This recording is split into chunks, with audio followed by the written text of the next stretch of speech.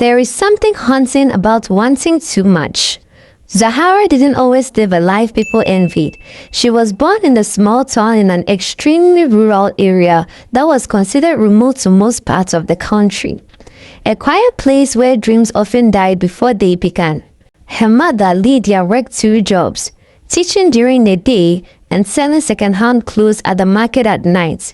She believed that education would change Zahara's life, but the school she sent her to, a prestigious private academy, only reminded Zahara of what she lacked.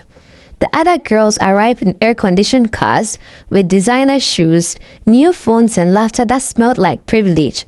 Zahara arrived in public transportation, clutching her mother's old handbag, pretending not to notice the whispers that followed her. She's not like us. Why does she even go here? Each moment carved into her heart. By the time she was 16, Zahara had learned something dangerous, that beauty could make people forget poverty. So she started to work on hers. Makeup tutorials, borrowed clothes and perfectly angled selfies. On social media, she looked like the life she didn't have, and people believed it. Men began to message her. Compliments turned into offers, lunch, shopping, trips. Her mother thought she was just working part-time jobs, but Zahara was already living two lives. When she got to the university, she met a group of girls who made her old fantasies look small. They were called the Soft Life Sisters, girls who drove luxury cars, wore imported wigs, and spoke like their names were already written on magazine covers. Zahara wanted in. She became friends with them, copied their mannerisms, their style, their captions. She dated older men, saved enough to get a body enhancement surgery, and came back transformed. That was the beginning of her rise. Suddenly, her Instagram blew up. She had brand deals, luxury endorsements, and invitations to elite parties. She started getting called Zahara the Star. But fame is never enough. The more she got, the more she wanted. That was when she met Nadia. Nadia was an influencer from Nigeria. Older, more mysterious, and surrounded by luxury that didn't quite make sense. People whispered she had spiritual backing, but Zahara didn't care. She wanted to be just like him.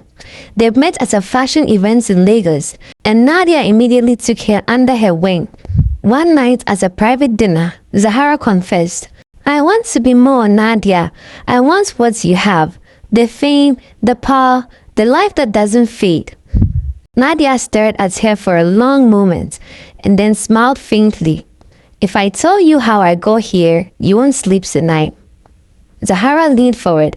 "Tell me anyway." That was how it began. Nadia explained the real wealth, the kind that doesn't make sense, doesn't come from working harder. It came from aligning yourself with power. She told Zahara to find a man with influence, married, powerful, wealthy, and to let him get her pregnant. Zahara hesitated. What happens after that? Nadia's smile widened. "When you are 8 weeks long, I will take you somewhere that will change your life forever." 2 months later, Zahara found her target, a married businessman named Mr. Olayemi, who owned several real estate companies. He was older, charming, and had already been flirting with her online. By the 3rd month, she was pregnant. She sent Nadia a message. "It's done."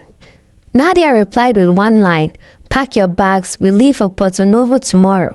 Zahara didn't tell anyone, not her mother, not her friends. She just disappeared. They took a road trip from Cotonou to Porto-Novo, where the city seemed to hum with secrets.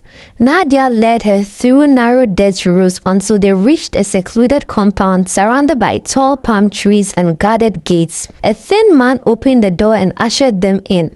The air was heavy, thick with incense and something else, something old.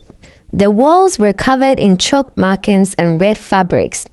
Drums echoed softly in the background, and as though someone was rehearsing for a ceremony. That night, Zahara met the man Nadia called Baba Seyi. He was old, his eyes pale gray, his voice deep and slow like thunder in the distance. He looked at Zahara and said, "You have come to exchange what you do not yet value for what you desire most. Are you ready?" Zahara didn't answer. She looked at Nadia. Nadia nodded. The ritual lasted 30 days. Every dawn, Zahara was made to bathe in river water mixed with crushed leaves and ashes.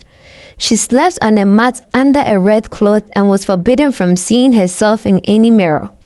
Each week, Baba Seyi would hand her a bowl of herbs to drink, bitter, sharp, and foul-smelling. Nadia told her it was to purify her womb. But one night, on the 27th day, Zahara woke up to see Baba Seyi grinding something inside a wooden mortar. The sound echoed like bones cracking. When she moved closer, she saw him whispering into smoke. Then he turned to her and said, "Tonight, you will be free from weakness, but remember, power demands silence." She drank one last concoction. Her stomach twisted violently. Pain tore through her, and when it was over, she realized what she had lost, her unborn baby. Baba Seyi collected the remains into a clay bowl, whispered strange incantations, and mixed it with a thick cream that smelled of herbs and blood. "This," he said, handing it to her, "is your destiny. Rub it on your body every night until the moon dies. The one who made you pregnant will never abandon you. His fortune will become yours." Nadia bowed, thanked the priest, and the next morning they left. Everything changed after that. When Zahara returned home, Mr. Olayemi couldn't stay away from her. He left his wife, bought Zahara a new house, registered a business in her name, and started sending her outrageous amounts of money. Her fame exploded. She went from influencer to celebrity. Every post went viral. Every brand wanted her face. Her name was everywhere. Radio, TV, billboards.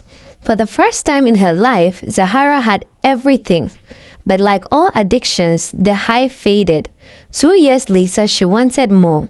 She had tasted power and couldn't stop craving it. She remembered what Baba Seyi said. Power demands silence. But Zahara thought silence was for the weak. When the fifth richest man in Nigeria followed her online, she saw her chance. His name was Chief Tunde, a man known for his mysterious connections and quiet influence. Within weeks, she had him wrapped around her finger. When she realized she was pregnant again, she smiled. History was about to repeat itself. She texted Nadia, but her number had been disconnected. So Zahara decided to go to Porto-Novo alone. This time, the journey felt different. The house was still there, but the air felt wrong. Baba Seyi's eyes seemed colder, more suspicious. "You again?" he murmured. "Did I not warn you? The path cannot be walked twice." "I just need more," Zahara pleaded. "One more time." Baba Seyi stared at her for a long time before finally agreeing, but he refused to speak a word during the ritual. When it ended, Zahara returned home with the new cream, a second promise of power. But this time, nothing went as planned. When Chief Tunde called her days later, his voice was distant. "Turn on your camera," he said. Zahara adjusted her silk robe, smiled and did as told, but the image that appeared on the screen froze her blood. Chief Tunde was standing in a dimly lit room wearing a red robe, surrounded by men in black masks. "Zahara," he said calmly, "you have interfered with the order. What you took in Porto-Novo was not yours to take twice. The life that feeds your wealth must now feed your destruction. You have been marked." The screen went black. Zahara dropped the phone, trembling. That night, her skin burned like fire. Her reflection in the mirror twisted. Her words slid. By morning, she couldn't move half her body.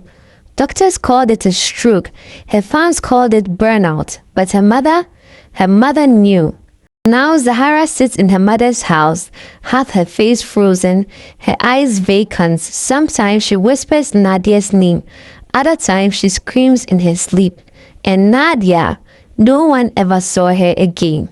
So the next time you envy someone's perfect life on social media, the designer bags, the Dubai trips, the cars and champagne smiles, remember Zahara. Some luxuries are paid for in silence, and some dreams come with a curse.